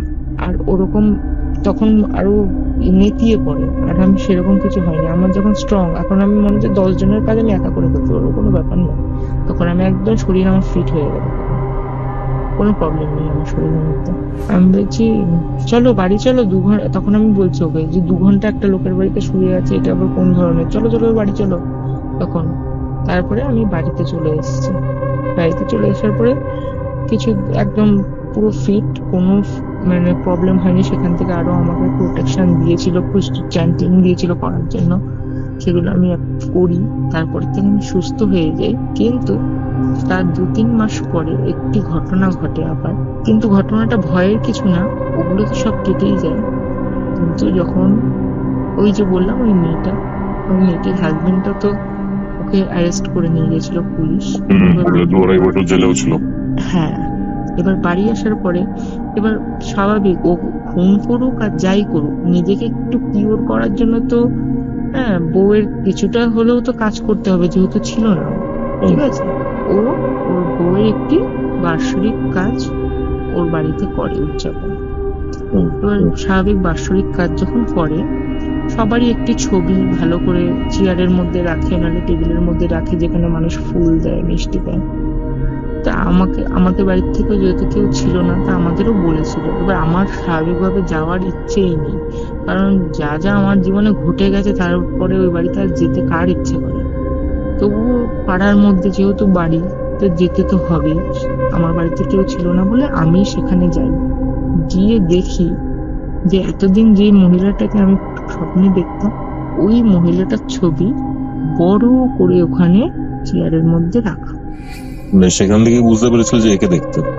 হ্যাঁ, তখন আমি বুঝতে পারলাম যে আমি তো স্বপ্নে এক্স্যাক্টলি একেই দেখতাম। তখন আমার অবস্থাটা সেই মুহূর্তে ভাবতো যে আমার অবস্থাটা সেখানে দাঁড়িয়ে কেমন হয়ে গেছে। আমি ভাবছি একে আমি স্বপ্নে দেখতাম, কিন্তু এর সাথে আমার 7 জন্মেও কোনোদিনও দেখা হয়নি আমার। আমি ওকে দেখিও নি কোনোদিন, চিনতাম না কোনোদিন। একে আমি স্বপ্নে দেখতাম আর হুবহু সেই, মানে কোনো ভুল নেই।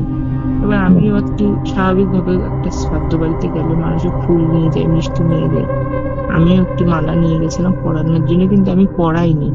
আমি ওদেরই একজনকে রিলেটিভকে বললাম একটুখানি মালাটা পরিয়ে দেবেন আর এই মিষ্টিটা। হ্যাঁ, আমাকে ওরা বলছে যে খেয়ে যাবে না, কিছু খেয়ে যাও।